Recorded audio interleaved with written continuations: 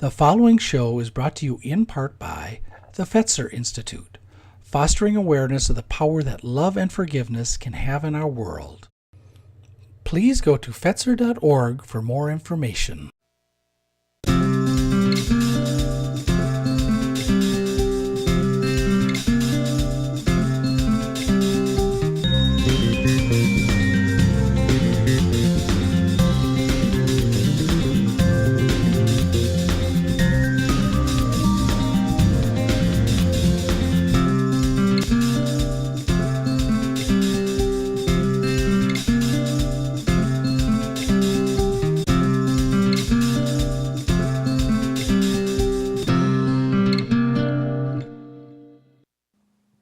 Hello and welcome.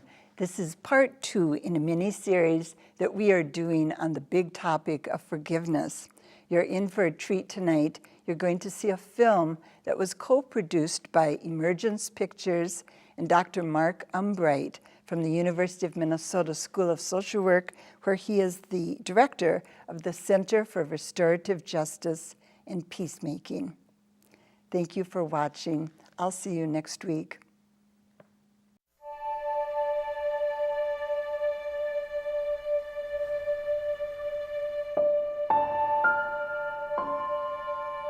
This is not a journey I would have chosen for my life. Forgiveness is powerful. It is powerful. It can bring about great change in your life when you just loose that person and let them go. And she taught me how to forgive. I have a past of things that made me a hostile, angry person. As a result of seeing forgiveness through her, I was able to go back in my life and forgive some things. I had to do what was necessary to get through this and to heal. And the only way I was going to do that was by facing what happened, talking about it, and seeing what I could do for someone else.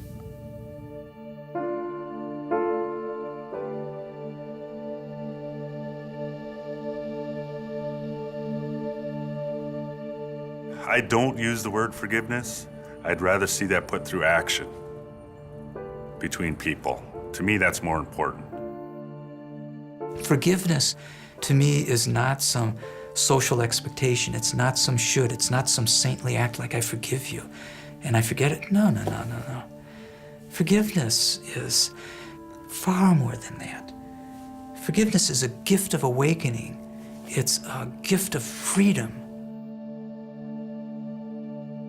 The peace that people want out of forgiveness, they want it wrapped up all in a bundle and all neat and tied up, and therefore they don't have to worry about this murder that happened affecting them in any way, because blah, blah, forgive, blah, blah. So it's all done, and there, poof. And that part of forgiveness doesn't relate to me in any way. I don't like it. It upsets me. It just seems like forgiveness is a really tough thing for people to live up to, you know? They can say it, but they don't always mean it, or they just won't think that way at all. On the other hand, when we did this restorative justice process and met at the prison, there was many things that happened that could be defined as forgiveness by someone else. The healing circle, I believe, was another step moving forward, another step in the healing process, coming full circle for me. We have to learn how to forgive. I know a lot of harm has been done in the community. Living with worry is like just on a rocking chair, it doesn't take you anywhere. I don't have this huge weight that I've been carrying around, this huge bag full of bitterness, full of hatred, full of anger. Restorative justice is really a paradigm shift. I mean, it's a different way of viewing, understanding, and responding to crime. Crime is not just a violation of some code. It's against people. Restorative justice is this broad umbrella. The most widely used, the most research-based, empirically validated forms of restorative justice are what I call restorative justice dialogue. That's a different umbrella. And in the circle, we want everybody to have a chance to say what's important to them. A talking piece indicates who has the floor, essentially, who has the right to speak. And restorative justice dialogue involves programs and processes where those most affected by the crime, the victim, the offender, their families, community people, other support people, where they have opportunities to come face to face after preparation, to talk about the impact on their lives, to work on ways of developing plans to repair the harm. Good morning. Welcome to this Restorative Justice Talking Circle. I'm Mary. And on February 12th, 1993, my only son was murdered. He was 20 years old at the time. I'm O'Shea.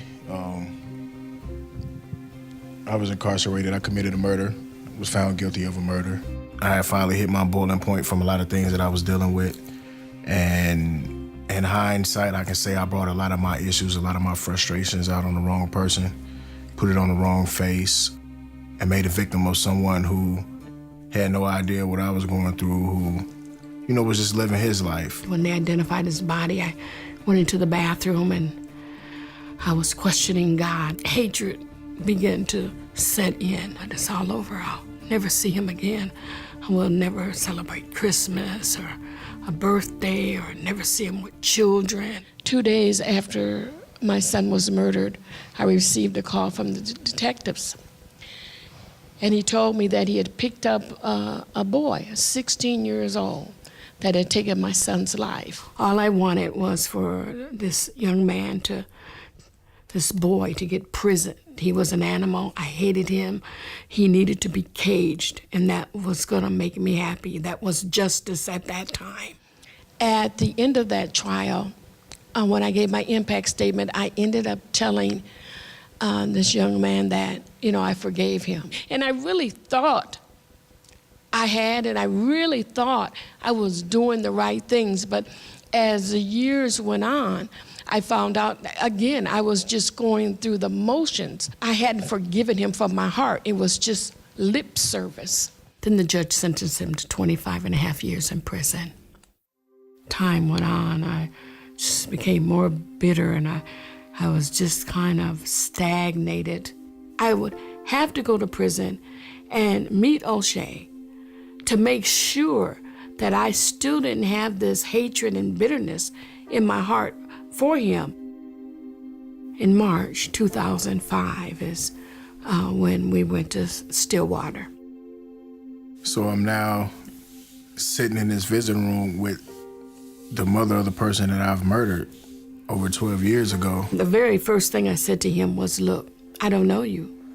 You don't know me. We need to lay a foundation. We need to get to know one another. No one ever really wants to know about the person that commits a crime.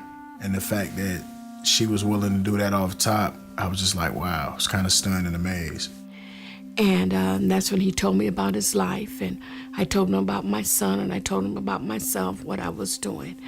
And he had admitted what he's done. And I told her, like, wow, we had so many similarities that had we taken the time to communicate, it's possible we could have been wound up friends. And then I told him, I said, you know what, in court I told you that I have forgiven you. I said, but today from the bottom of my heart, I want you to know that I forgive you, that I can no longer hold on to you. And I remember him saying, well, ma'am, how can you do that? And I said, because of who is within me. I can do that. I've got to let you go, because I have learned that forgiveness was for me. He asked if he could hug me. That was my way of saying that I am human, I am trying to understand, I am sorry. She met me around the table and we embraced, and Mary just broke down. I began to fall.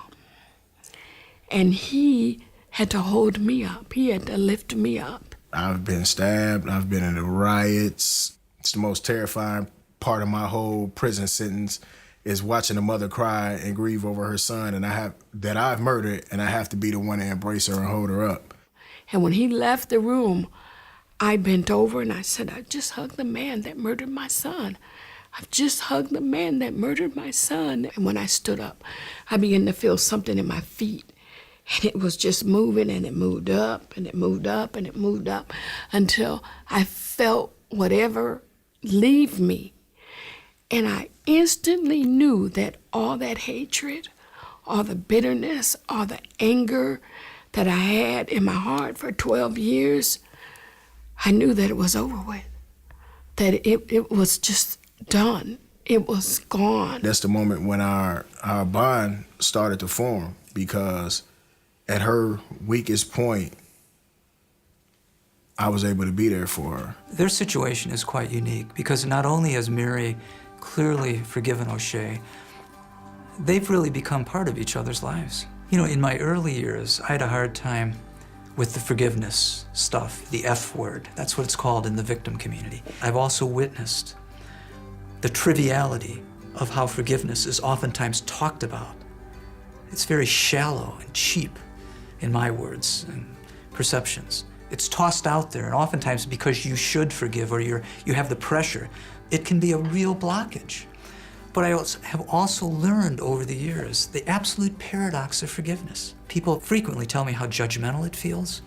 On the other hand, the less you talk about it, and the more you create a safe, if not sacred place, where people feel safe enough to really go deep within themselves, to bring up that energy and wisdom of the heart. If they have a need to travel the path, the journey of forgiveness, they'll bring it up because they feel it's safe. There's a grace or a presence of something that happens in these rooms where a convicted felon meets with his family's victims. After you go through a murder in your life or in your family of someone you love, you're not the same. You will not trust anyone ever like you did before.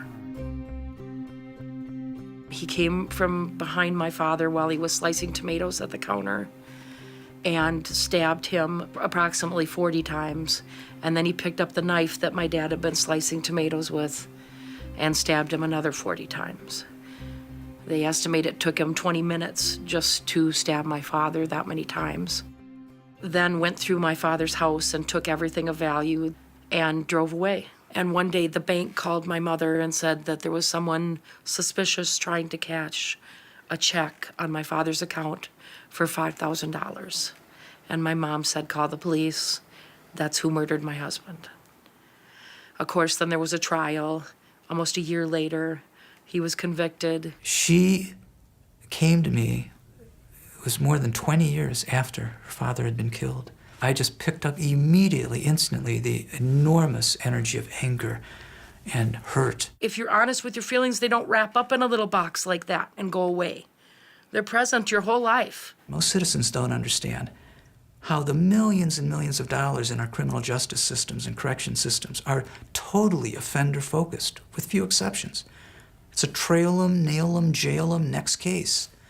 The average victim receives few services, oftentimes feeling twice victimized.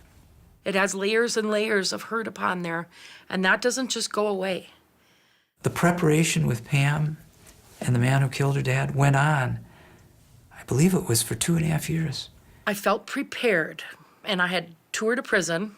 To see him was horrifying. To know that he still breathes is horrifying to me.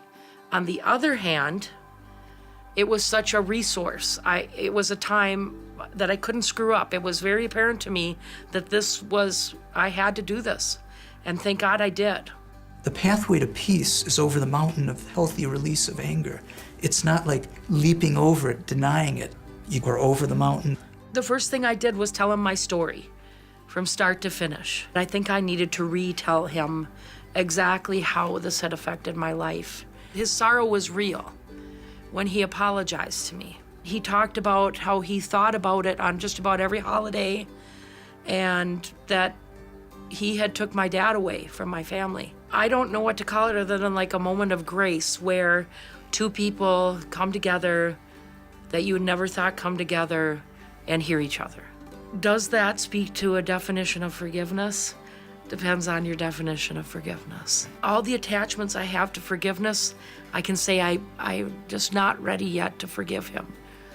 But I can say that I don't feel the way I did before about him either. Forgiveness has so many different meanings, depending on culture, depending on faith system or secular practices, and I oftentimes refer to it as authentic forgiveness. Authentic forgiveness, to me, is a gift of awakening, a freeing of one's spirit, a release of long-held toxic energy.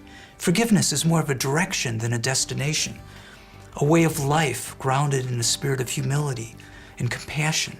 It's not about social expectations. It can be totally independent of what the other person does. Restorative justice views crime as a wound within the community, and justice requires accountability and healing. It's not just punishment for punishment's sake. Restorative justice is about inviting those who are most affected by crime, the key stakeholders, victims and their families and their communities, offenders and their families and communities, holding the person who committed the harm accountable. Restorative justice elevates the role of crime victims in a big way. The truth is, restorative justice can be used at all levels of the criminal justice system. However, in those severe violent cases, those are victim-initiated, not by the courts, not by probation, victim-initiated many years later. Some victims of crime who have been hurt themselves or their loved one has been killed, their whole purpose of wanting to do this is to forgive.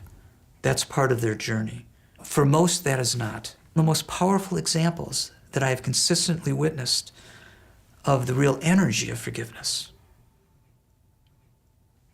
The words, oftentimes, frankly, most oftentimes, not there. I was a Catholic for 64 years of my life. A very strong practicing Catholic. I wasn't a Sunday-only Catholic. I sent my children to parochial school thinking it was the safest place. That's the hurtful part. And now, at age 75, I never go into a Catholic church. I'm appalled, I'm disgusted, I'm angry with the priest and that type of behavior, but I think I'm more so maybe even with the church and the way the church has responded or failed to respond. The amount of pain has increased significantly because of the church's handling of this situation. In many ways, this community had quieted down, but there was not a healing. In Milwaukee, at Marquette University, through their Restorative Justice Initiative led by Justice Janine Gasky, who is a former Supreme Court Justice, and in working with victim organizations and with leaders in the Catholic Church, they were eventually able to work out agreement on coming together using a restorative justice circle process. When I left my home that day, I was just getting angrier by the minute as I was driving there. And then there was still anger and yet a calmness when it was your turn to speak. And I had a sense of that around the whole circle as they spoke. My son became friends with a priest who was a teacher at the high school. This priest had been accused of molesting boys, of providing alcohol and drugs in his apartment. At age 18, he left and took his life. June of 2000, I was assigned pastor of 2 parishes. One of those parishes is a parish where a prior pastor was an abuser of children. And to now have faces and to see the pain live on and on and on and on and on. I cannot tell you what a nightmare it was to have to bury your child. They kept it in themselves for so long. They could not communicate or talk about it. And now for that institution to turn around on them and to say that we're not believing you, we're not going to serve you, we're not going to really help you, that was tremendous pain in that. No one chooses their journey in life, and I certainly would have not chosen this journey. But I feel I'm here today for a reason. I think my son needs his mother to speak for him. Because what you witness, the level of respect, the level of openness, the energy of almost compassion. I mean, I literally feel and sense that what I would call the authentic energy of forgiveness there more than I do in institutions that talk about a lot or preach it or push it, or individuals. We learned from each other's experiences, good and bad. The Healing Circle was just a tremendous experience and an eye-opening experience for me. It's a whole different experience to hear the victims themselves, to hear the people talk about the pain. I understood and recognized that I wasn't ready the first time she approached, so I didn't do it. Thankfully, I held out because when we did have our meeting, it was, as she said, beyond belief. Had I still been that messy person, there's no telling. Could be anywhere from 6 months to 3 years of preparation. And that is supremely important. Without that, you would not have the consistent positive results that we found to date through research and practice. Clarifying their expectations, their needs, talking about risk of the process and can they deal with that if it happens, all of which kind of helps lower their anxiety. It had also allowed me the time to decide if I really wanted to do this. Truthfully, some of the biggest impact of what we've learned from restorative justice is outside the criminal justice system. It's in school settings. It's being applied in university settings, in workplaces, in human rights settings. It's part of transitional justice. It was in South Africa, it is in Liberia, it is in Northern Ireland, and many, many other parts of the world. So we're learning restorative justice, some of its bigger impacts are outside of what we thought. Restorative justice is truly a social movement in the international community, with endorsements by the United Nations, the European Council, growing number of other countries. The nation of Turkey has passed national legislation to develop victim offender mediation as a form of restorative justice throughout the country. As part of my work with the United Nations Development Program in Turkey and the Ministry of Justice, I helped organize a study tour, and we had very high-level members of Parliament and Ministry of Justice folks and some others travel to Washington, D.C., to New York City to view some of the best practices in America. And they also came to Milwaukee and to Marquette University. Peace building, it's people-to-people diplomacy. Restorative dialogue is one of many pathways to a deeper experience of forgiveness. It's about creating a safe place to go deep within your heart, to feel vulnerability, to be open to others' pain, to recognize the humanity at the deepest level. When you humanize your adversary, it's just harder to hold on to hate, it's harder to kill.